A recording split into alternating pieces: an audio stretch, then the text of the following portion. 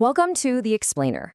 So artificial intelligence, it's moving so fast, it's almost dizzying, right? But as it gets smarter and smarter, we've got this huge question looming over us. How do we make absolutely sure it's used for good?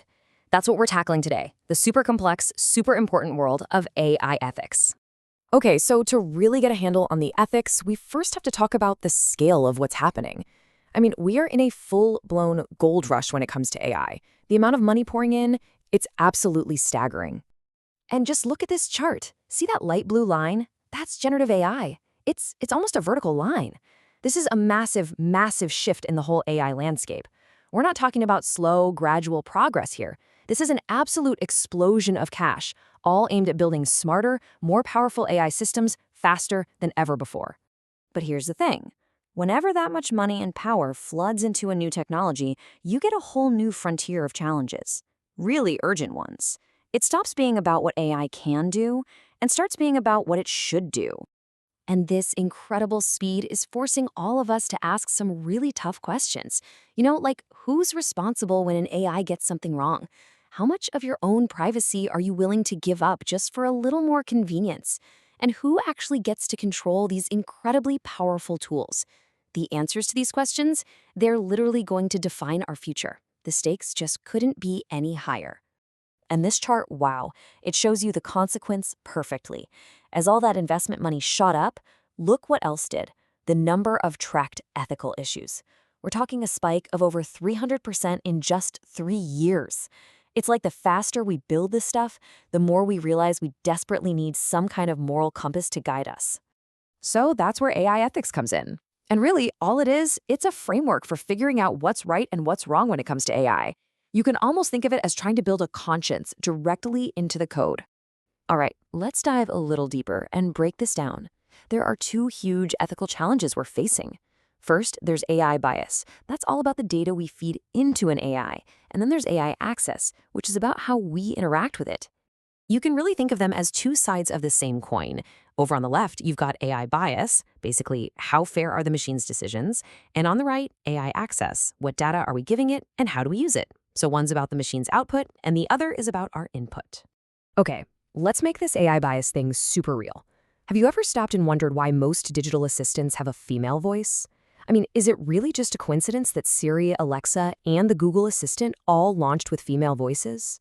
Well, here's the key thing to get. AI systems don't actually understand context. They're just really, really good at repeating patterns from the data we give them. So if that data reflects our own societal biases, like, say, associating assistant roles with women, the AI just learns that pattern and then amplifies it. And this is a big deal because it doesn't just reflect our world back to us, it actually reinforces and kind of hardens those stereotypes into the technology we use every single day. Okay, so that's bias. Now let's talk about the other big one, AI access. And honestly, there's no better place to start than that little device that's probably in your pocket or on your desk right now. This is where the whole ethics of data and privacy gets incredibly personal. Think about it. Every single time you install an app, you're making a choice about AI access. Why? Because your data, your contacts, your location, all of it is the fuel that makes these AI systems run. You're making a trade, right? A little convenience in exchange for your personal information. So we've got these massive, kind of scary challenges. The big question is, what is the world actually doing about it? Well, the good news is there's a real coordinated effort underway to create a global set of rules for the road.